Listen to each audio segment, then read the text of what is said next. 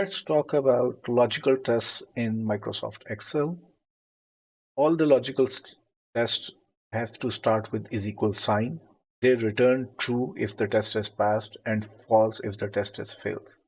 And true and false have a value. Let's see and try the logical test. So we know logical test had to start with the is equal sign. And for example, I put a test 1 is equal to 1. So I'm testing whether 1 is equal to 1. The answer would be true.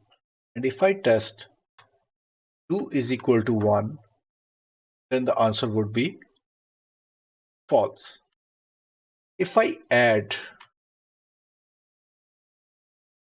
0 to false, the answer would be 0. And if I add 0 to true, then the answer would be 1. So this means true has a value of 1 and false has a value of 0.